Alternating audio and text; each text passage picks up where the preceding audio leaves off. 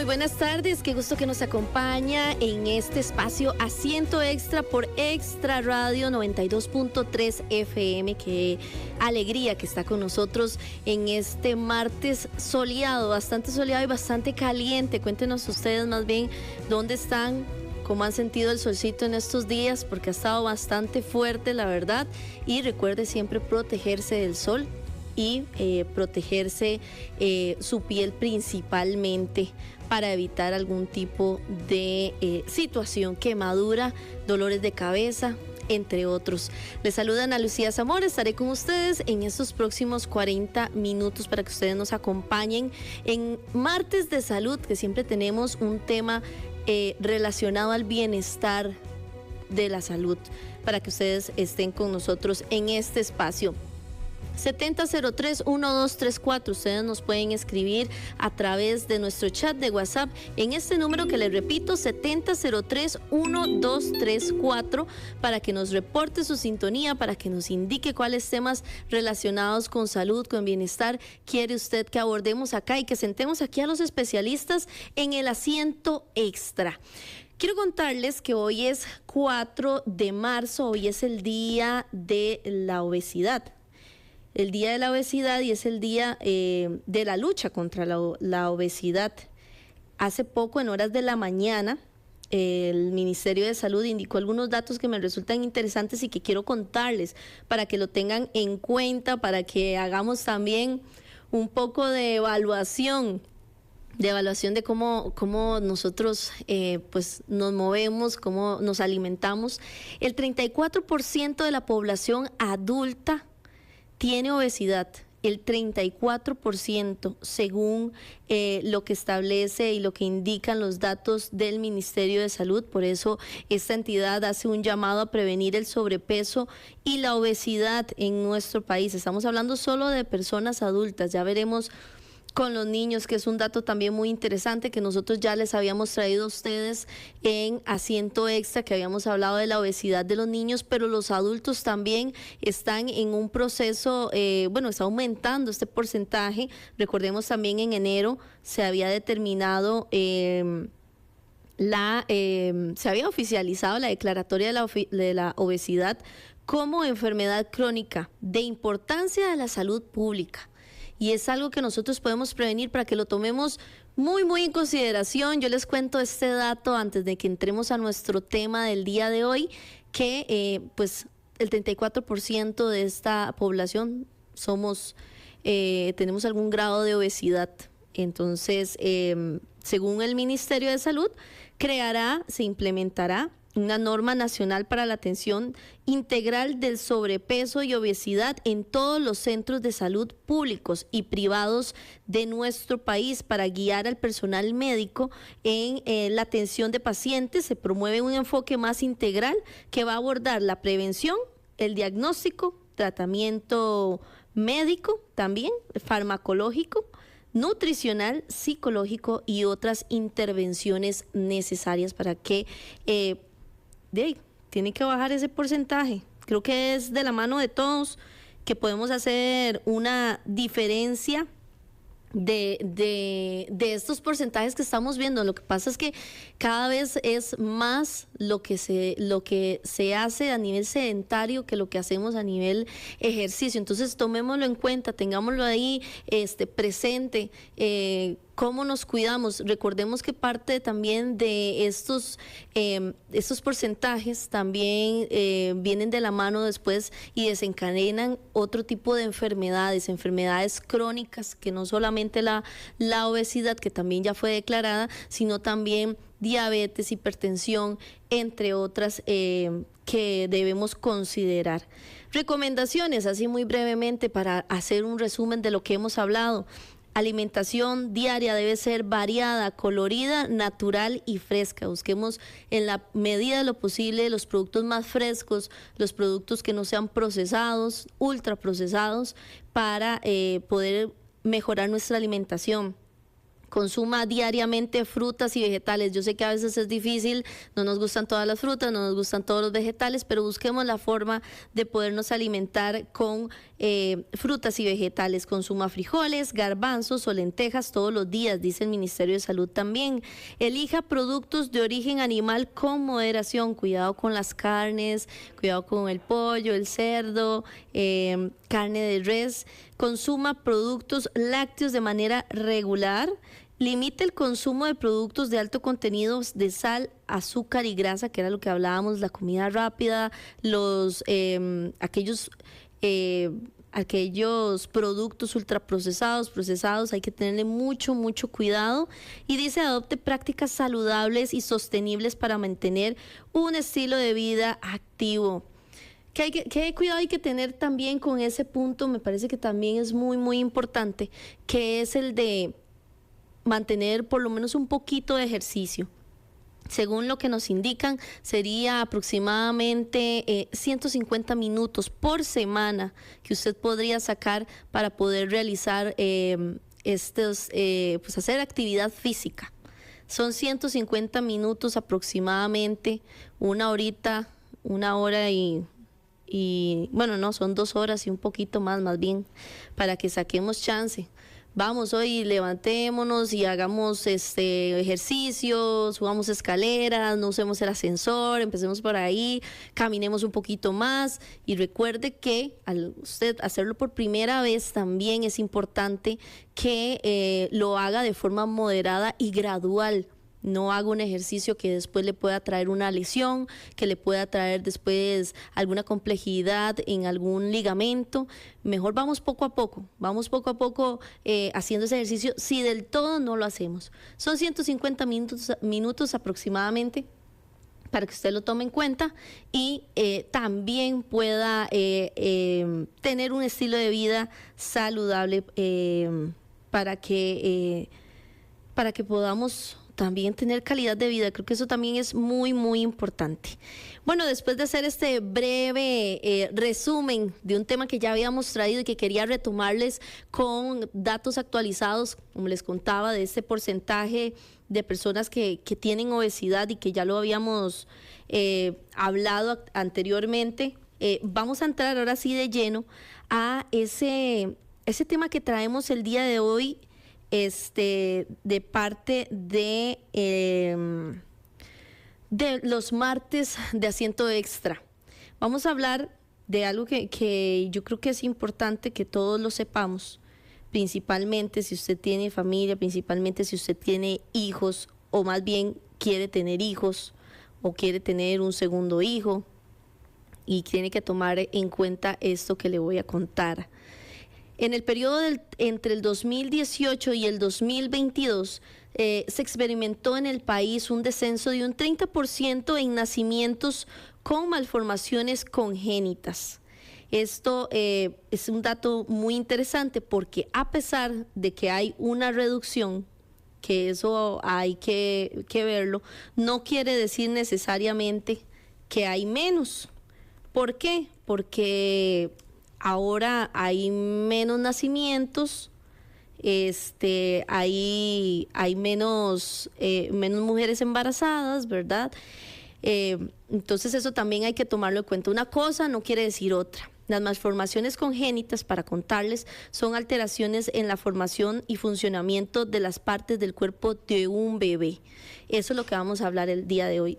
Se ha visto una reducción en ese aspecto. Sin embargo, esto no quiere decir que no existan estas malformaciones congénitas en nuestro país.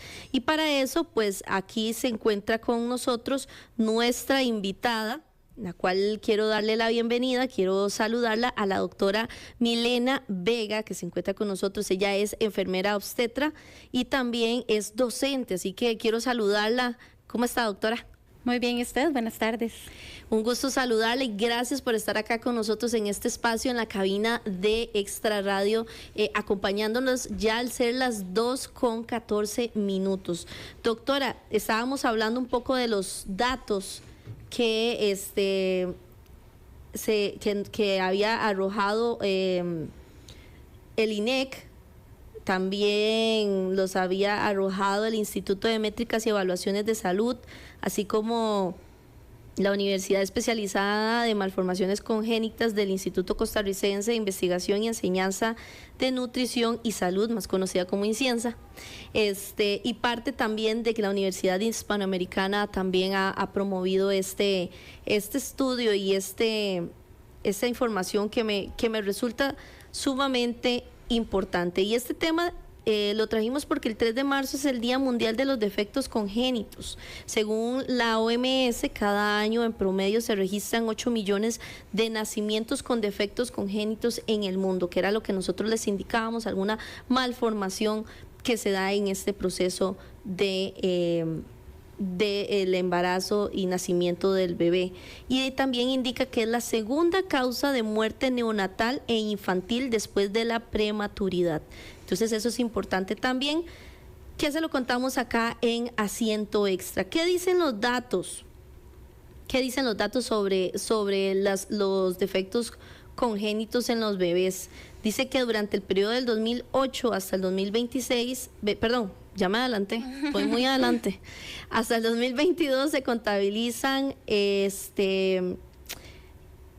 vamos a ver, se contabilizan reportes de malformaciones en los hospitales y clínicas nacionales, y específicamente en el 2022 se contabilizan 1.384 nacimientos con malformaciones congénitas. Quiere decir que es una prevalencia del 25.90 de nacimientos con defectos por cada. Según lo que les decía, en total son 6.526 también defunciones, neonatos o bebecitos o recién nacidos que están falleciendo por esta situación. Esto es parte de lo que queríamos contarles sobre estos datos. Voy a verlo más como en el tema de las defunciones, que me parece que también es muy importante decirlo, doctora. Ha venido, como decíamos, una leve baja, pero por ejemplo, ya en el 2010 se contabilizan, para ver si la doctora me dice si está correcto, ya se contabilizan 200, perdón, no, en el 2010 no, perdón, sí, en el 2023, 260.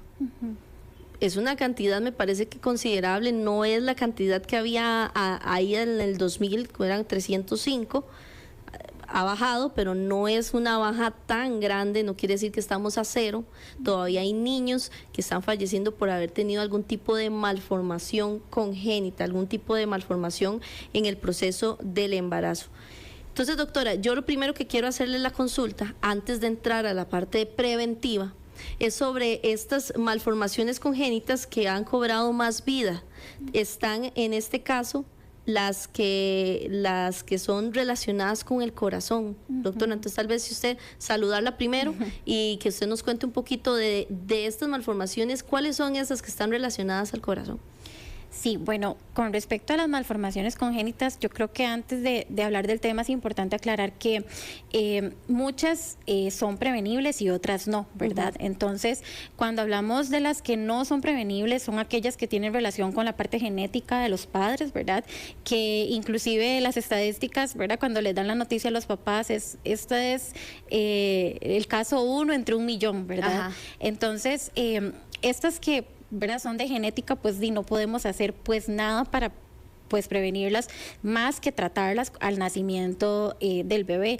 Las relacionadas al corazón normalmente están relacionadas a otro tipo de síndromes, ¿verdad? No solamente la malformación congénita propiamente del corazón, sino que, por ejemplo, hay algunas que están relacionadas al síndrome de Down, ¿verdad? Que ya en sí el síndrome tiene dentro de su componente una malformación congénita que no siempre va a presentar el bebé, pero en algunos casos sí, y son pues casos que se tienen que tratar de emergencia, por ejemplo. Sin embargo, como les decía, hay otro tipo de malformación congénita que son prevenibles, ¿verdad? Que las causas están más asociadas a cuidados durante el embarazo, que eso lo podemos tratar ahorita, ¿verdad? pero también pues se pueden provocar estas malformaciones al corazón que también son prevenibles en estos casos, ¿verdad? Entonces, lo más usual dentro de malformaciones congénitas al corazón, ¿verdad? Vamos a relacionarlas a, por ejemplo, alguna estructura extra que trae el corazón en el corazoncito del bebé que no tiene que estar, entonces no va a permitir ese funcionamiento, o más bien alguna parte del corazón que no se forma y pues obviamente no va a ser viable la vida para ese bebé. También otra que es usual y que podemos relacionar es con respecto a lo que se llama el foramen oval, ¿verdad? Que a veces no se cierra directamente al nacimiento, entonces al no pasar esto, el corazón del bebé no funciona bien y necesita en muchos casos un tratamiento conservador que llamamos que es observar, y en otros casos pues una cirugía, ¿verdad? Pero eso pues va a depender de cada bebé, ¿verdad? Y cada caso, y también de por qué se dio esa malformación propiamente. Y es que, como yo también pienso, o sea, no es 1 o 2 casos, ¿verdad?, al año, son ya, digamos, por ejemplo, el año antepasado, ya contar con 260, o sea, 260 diagnósticos que indican que ese bebé no va a nacer o nace y ya tiene esa malformación. Claro. Entonces, parte de lo que queremos hablar hoy es, ya les contábamos un poquito, de cuál es la principal malformación que se da en el país, cuánto es la cantidad de funciones, como les decíamos también, y para ir hablando sobre este tema, porque hay hasta más de anomalías, como yo estaba leyendo información sobre el tema, y dentro de las principales hay hasta 18 anomalías, ¿verdad? Entonces, ¿qué podemos hacer para prevenir este tipo de malformaciones? Porque usted nos indicaba, y que me parece muy, muy importante de esto, es que hay unas que sí se pueden prevenir, doctora. Entonces le pregunto, ¿qué puede hacer esa pareja, esa familia, esa mamá? Porque para mí las mamás son hasta en el momento ya que se dan cuenta que están embarazadas. ¿Qué pueden hacer para que su hijo venga en las mejores condiciones y evitar este tipo de malformaciones congénitas? Claro, sí. Bueno, algo que es importante también rescatar acá es que a pesar de que todavía hay malformaciones congénitas, ¿verdad? Que algunas, como les decía, son inevitables, ha tendido a la baja, ¿verdad? En la cantidad de malformaciones, y esto tiene que ver mucho con el acceso a la salud y el control prenatal. Bueno, ¿por qué esto? Porque bueno, el control prenatal justamente está hecho para que podamos detectar riesgos en el embarazo desde el momento que la mamá se da cuenta o la familia gestante se da cuenta. ¿Por qué? Porque en este control prenatal vamos a hacer una serie de exámenes, de controles que me van a permitir ver el desarrollo adecuado del bebé. Y pues si se detecta alguna malformación congénita que fue ya propiamente genética e inevitable, pues tenemos una idea del trato que tiene que recibir o el tratamiento que va a recibir este bebé al nacimiento, lo cual es muy importante porque algunas son de tratamiento inmediato, es decir, el bebé nace y tiene que recibir una cirugía inmediatamente. Entonces, cuando tenemos el contexto de que ese bebé que va a nacer tiene una malformación congénita, yo tengo preparada una sala, una serie de profesionales que están esperando a ese bebé y le van a dar el tratamiento inmediato, no que sea una sorpresa, ¿verdad? Y que más bien haya que correr en el momento y demás. Cuando hablamos también del control prenatal, el control prenatal, como les decía, el principal objetivo va a ser la detección del riesgo para yo poder educar a la madre en esta prevención. ¿Cuál es la prevención principal? Bueno, el consumo de las vitaminas esenciales del embarazo, como lo es el ácido fólico, que esta tiene, por ejemplo, el mayor peso en lo que es el desarrollo del tubo neural o lo que llamamos la parte del cerebro, médula espinal, que puede prevenir solamente el tomar el ácido fólico desde este momento, puede prevenir un montón de malformaciones congénitas a nivel neurológico. Inclusive, relacionado al ácido fólico, se recomienda que ojalá la familia, desde que está planeando quedar embarazada, ¿verdad? O planear tener este bebé, pueda consumir este ácido fólico para que ese óvulo y ese espermatozoide que se van a unir estén preparados o con la cantidad necesaria del ácido fólico para el desarrollo del bebé. Entonces, inclusive se recomienda que ojalá 3 meses antes de planear quedar embarazada, interesados, ojalá la familia lo pueda consumir. Otra parte en lo que con respecto a lo que es la prevención es también el consumo de drogas, ¿verdad? Muchas malformaciones, como les digo, no todas claramente, están relacionadas al consumo de drogas. Entonces, la importancia de recalcar en la mujer, ¿verdad? Lo que va a consumir durante su embarazo, porque esto pues va a influenciar en la formación del bebé, principalmente en los primeros 3 meses, que es lo que llamamos que es el periodo más susceptible del bebé en su formación. Todo lo que la mamá consuma o esté expuesta en estas primeras semanas de formación va a influir en el desarrollo del bebé. Entonces, siempre tenemos como que inculcar a la mamá, bueno, esos primeros 3 meses son vitales, tenemos que nutrirnos bien, tener las vitaminas necesarias, no exponernos a lo que es el alcohol, tabaquismo, entre otras drogas que pueden provocar estas malformaciones congénitas. Doctora, usted nos hablaba de las drogas, pero ¿las bebidas alcohólicas tienen que ver algo también? Claro, por supuesto, el alcohol, pues obviamente es nocivo para la salud, no solo de la madre, sino principalmente del bebé, y no solamente durante el desarrollo, pues sí se va a ver afectado más que todo el desarrollo en estas primeras 3 semanas, pero el consumo recurrente de alcohol durante el embarazo puede tener otras repercusiones, tal vez no malformaciones en el bebé, que también son serias, ¿verdad? Y pueden pues afectar a la vida del bebé y pues a largo plazo también. Entonces, por supuesto, el consumo de alcohol y el tabaquismo, ¿verdad? Que tal vez son como estas drogas lícitas en nuestro país, el hecho que sean lícitas no quiere decir que sean buenas y mucho menos para el desarrollo de un bebé. Doctora, hay zonas donde se ve más malformaciones en nuestro país. ¿Cuáles son esas zonas, doctora?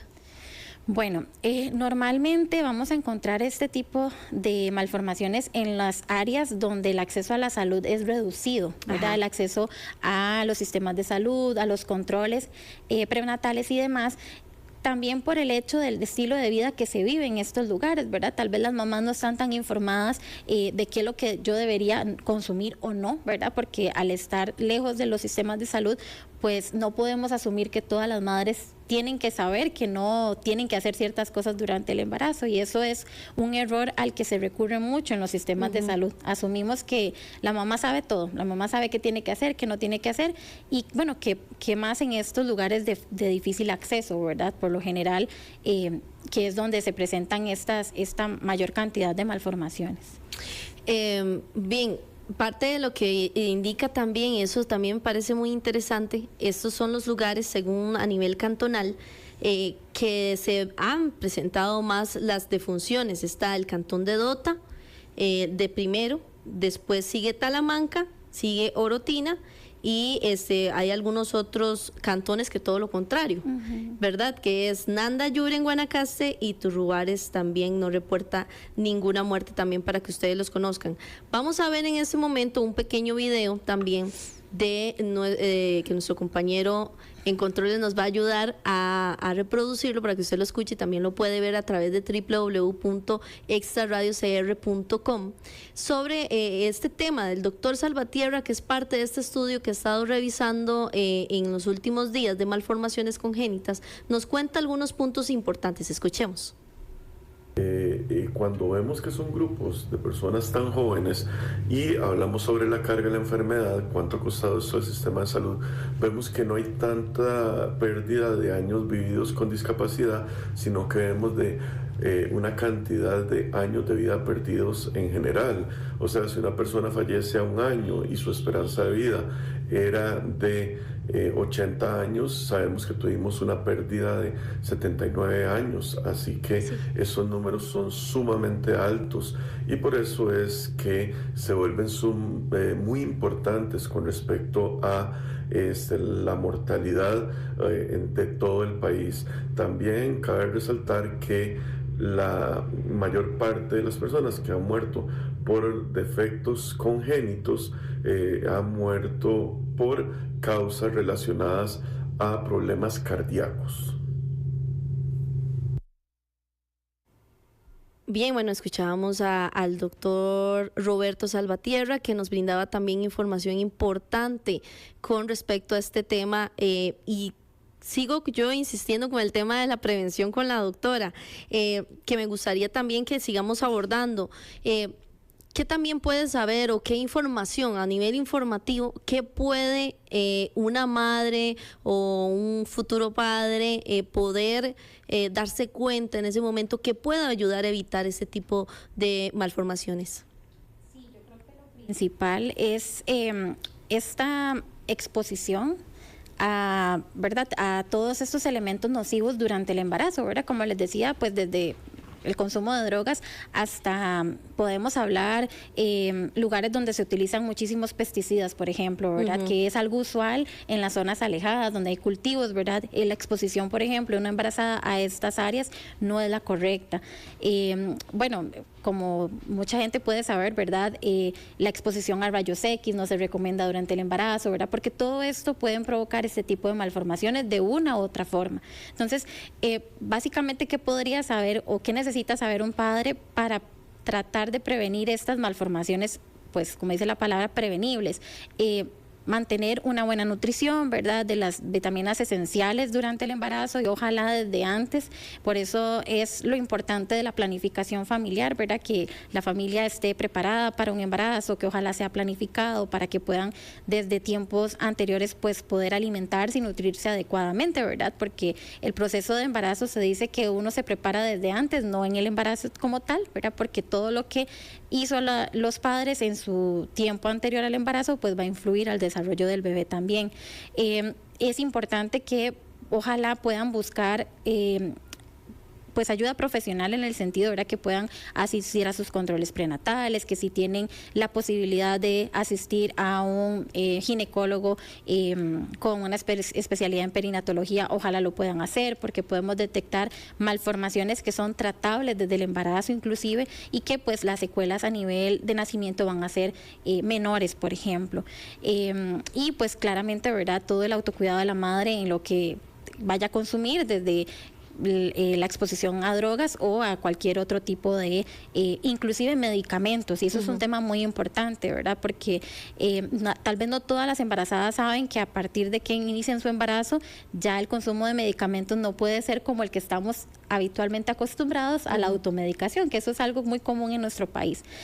Una embarazada bueno, en realidad nadie debería automedicarse, pero mucho menos una embarazada, porque muchos medicamentos pueden producir inclusive cambios en la formación del bebé en estas primeras semanas. Entonces es vital que...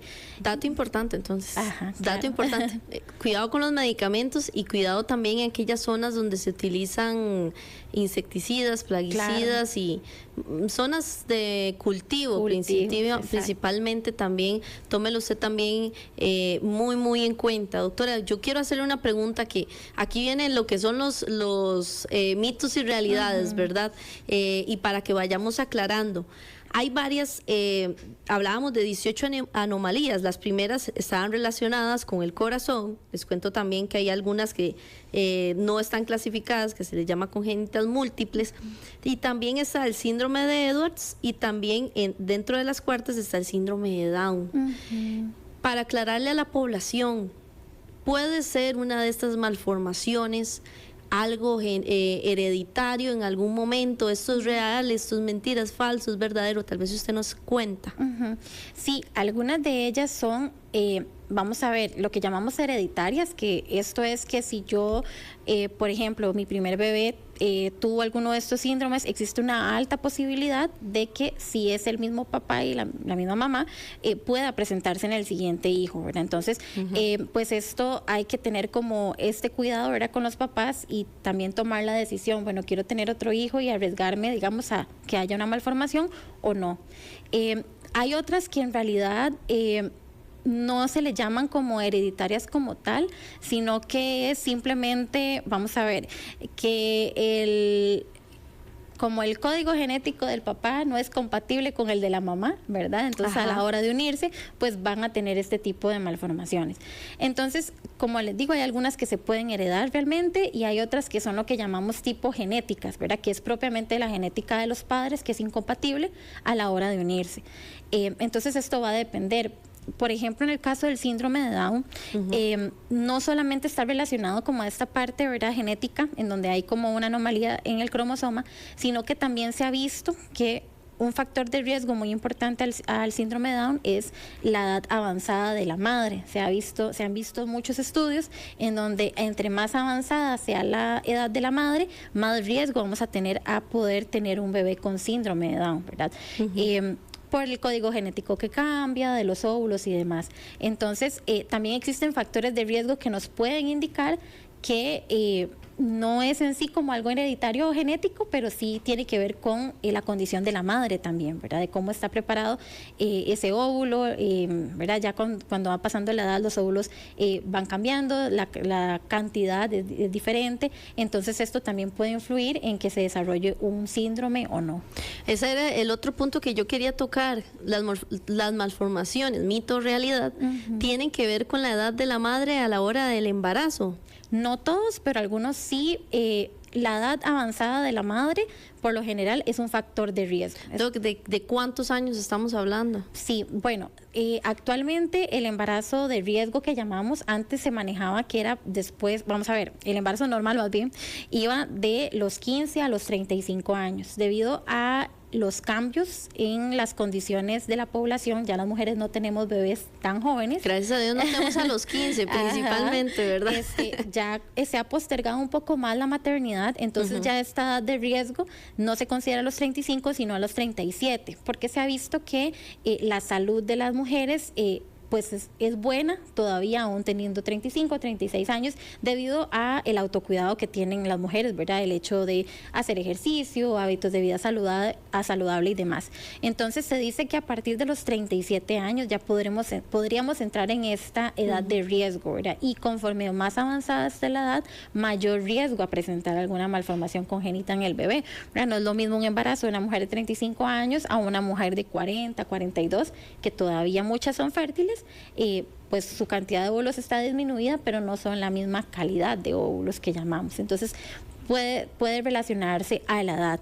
Ahora, no es algo fijo, ¿verdad? Porque tampoco quiero como que las mamás se vayan a asustar y decir, uy, no, ¿verdad? Ya estoy mayor, ¿verdad?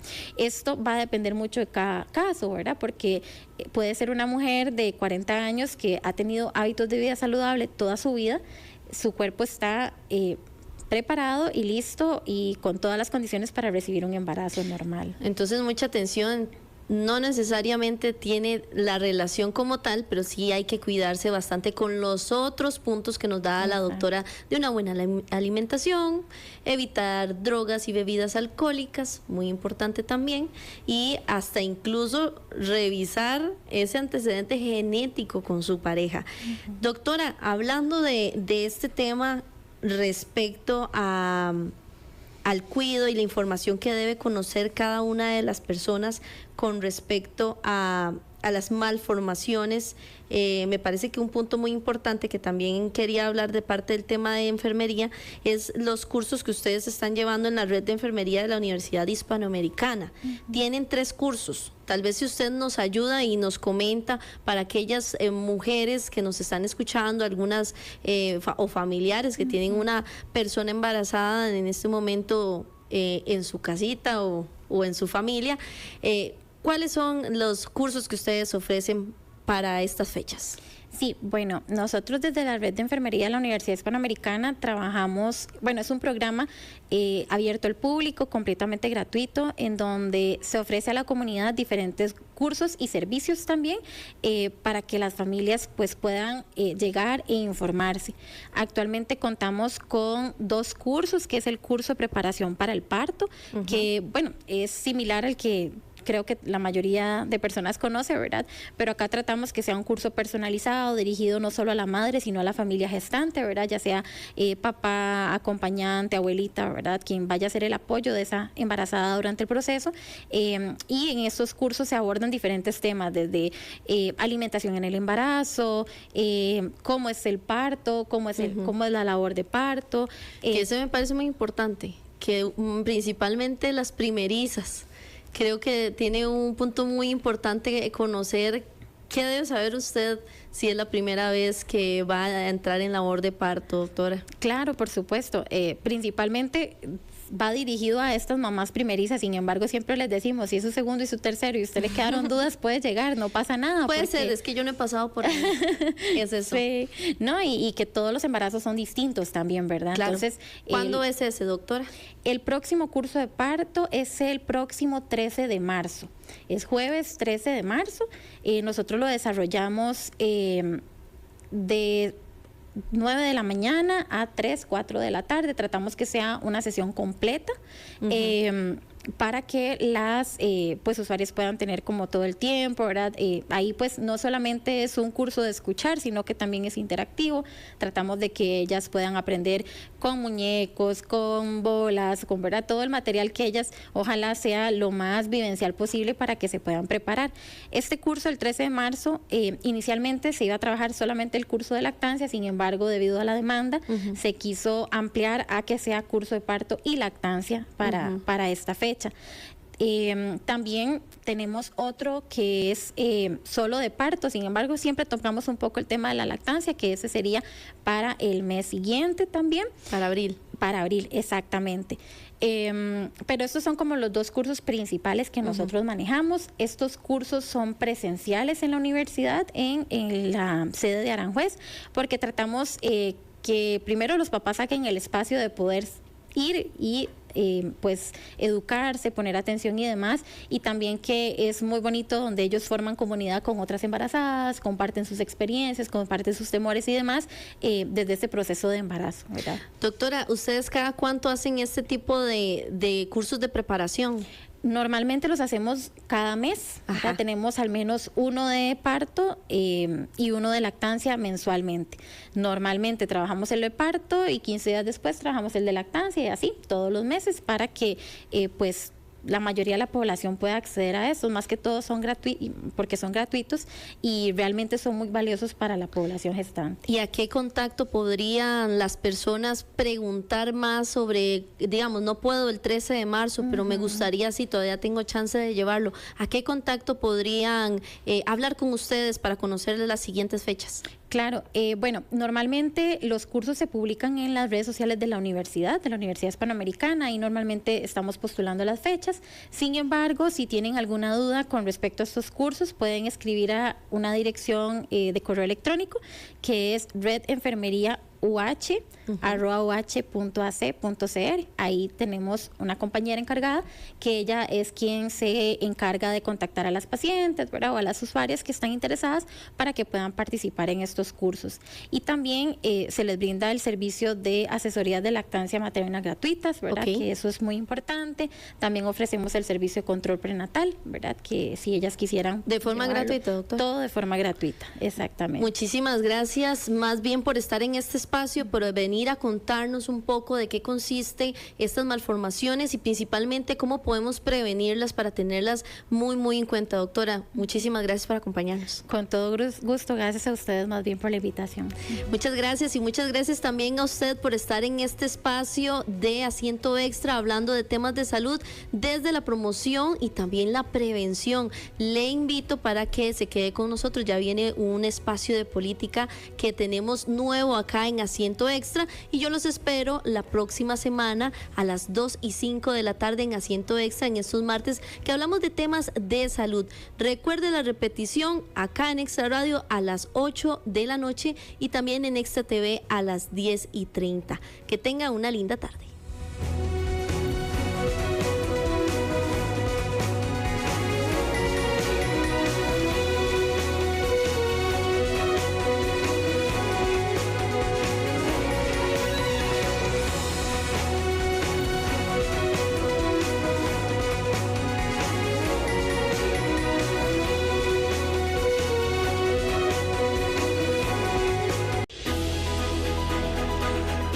Hola, ¿qué tal? Muy buenas tardes, las 2 de la tarde, 45 minutos, 4 noticias importantes a nivel político que queremos destacar a esta hora de la tarde aquí dentro de Asiento Extra. Primero, el precandidato a la presidencia, don Gilbert Jiménez, de Liberación Nacional, puede participar en la convención de ese partido que será el 6 de abril, porque el Tribunal Supremo de Elecciones ha admitido para estudio un recurso de amparo electoral que el propio Gilbert Jiménez interpuso contra la sanción que le impuso a su vez su partido, el Partido Liberación Nacional. El resultado de la elección liberacionista después de la convención como tal va a depender entonces de lo que pues se conozca después, lo que resuelva después el Tribunal Supremo de Elecciones. Pero la noticia política podría ser en ese sentido que el Tribunal Supremo haya congelado por la suspensión por 3 meses que el Tribunal Supremo de Ética y Tribunal de Alzada de Liberación Nacional le dictaron a don Gilbert Jiménez, al diputado Jiménez. Y en consecuencia, el diputado podrá participar como precandidato mientras el recurso pues se va a resolver por el fondo. Noticia que es muy importante para los liberacionistas en el país. La otra noticia tiene que ver con una decisión del Juzgado Penal de San José que dejó en libertad a la creadora de contenidos Yendri Quirós, a quien han conocido a través de las redes sociales como La Colocha. El delito amenaza en contra del diputado del Frente Amplio Ariel Robles. Se leyó él, por tanto, que fue comunicado hoy, luego de este juicio que se ejecutó durante esta semana, un juicio corto hay que decirlo, y la decisión del juzgado es absolver a la creadora de contenidos. La Fiscalía, como lo informamos ayer oportunamente, estaba pidiendo 1 año de cárcel para ella, luego de que en medio de una manifestación política en el año 2023, ella dijera que, palabras textuales, entre comillas, quería sacarle el sirope por la nariz, entre comillas, repito, al diputado del Frente Amplio. Ya hay reacción de don Ariel Robles, dice que respeta la decisión de los tribunales. Y hoy también se conoció ya de manera oficial que hay una participación de otro partido político en el proceso electoral de las elecciones del 2026. Se llama Partido Agenda Democrática Nacional, ADN. Esta agrupación política debutó ya en las elecciones municipales del año anterior y lo que dicen ellos es que quieren contribuir con o construir mejor una Costa Rica rica, más segura, una Costa Rica mucho más de la gente, de oportunidades y que recupere el liderazgo ambiental y además con la intención de atraer mucho a la juventud política del país, como lo dice Omar Jiménez. En Agenda Democrática Nacional, en ADN, los y las jóvenes integran al menos el 20% de todas las instancias del partido, porque estamos convencidos que la juventud tiene un rol fundamental que jugar en la construcción de un país más justo y más próspero. La otra noticia para destacar a nivel político, la entrevista que hoy realizamos a don Mario Quirós, analista político, que reveló datos que generan pues algunas dudas, quizás más dudas que certezas, en torno a los respaldos que tienen ahora los candidatos políticos o los candidatos que por lo menos están asomando con la intención de ser o querer ser candidatos a la presidencia.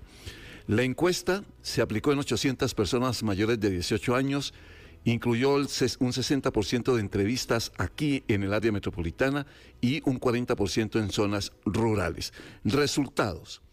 Vamos por partes. Rodrigo Chávez, el presidente, cuenta con un 62% de opiniones positivas frente a un 23% de opiniones negativas. En diálogo esta mañana con esta radio, a través del programa Desde Buena Mañana, don Mario Quirós habló precisamente de esa popularidad del presidente Chávez. No, yo coincido, Henry, creo que los niveles de aprobación altos y estables que tiene el presidente son también coincidentes con otros estudios, por ejemplo el del CIEP de noviembre. Eso significa que hemos pasado ya 3 meses de estudio y se mantiene con niveles de aprobación, como digo, altos y estables. En promedio podrá andar por un 62, 65 si uno quisiera sacar un promedio, porque lo medimos con 4 índices a ver cómo nos salía, a ver si en alguno salía algo anormal. Y de más o menos margen de error, yo creo que estamos ahí entre un 60 y 65%. Don Mario Quirós además hizo un análisis, bueno, obviamente que contó detalles del análisis desde el punto de vista de la popularidad, no solo del presidente como figura, sino también de la imagen de su gobierno. Esto dijo. la imagen personal tiene un 62%, la evaluación de su desempeño un 67% y manejo de crisis 61%, todos esos índices en positivo. Cuando uno habla de confianza en su gestión, en su trabajo, ahí se va al 57%, o sea, baja un poco. Eso es coincidente, siempre que pasamos de imagen a calificación de trabajo e incluso a confianza. El CIEP, por ejemplo, lo hace sobre la confianza en el rumbo del país, confianza en que el gobierno tiene capacidad para resolver los problemas. Ahí consistentemente sale más bajo. La otra parte es lo que el analista habla de mitos y realidades que hay en torno a la figura del presidente y de quién es él, a quien le daría él el guiño como su sucesor para ocupar la casa presidencial después de que él no de que él no esté. Y claro, la gran pregunta es, y se lo dijimos a don Mario Quirós, que la gran pregunta es si el caudal político del presidente Chávez es heredable a otros. Hay mitos y realidades. El primer mito es el capital político del presidente es heredable. Bueno, tiene un capital político alto, que como dice Henry, eso no es sorpresa. 2, la investigación dice que sí, que una parte de ese capital político es heredable.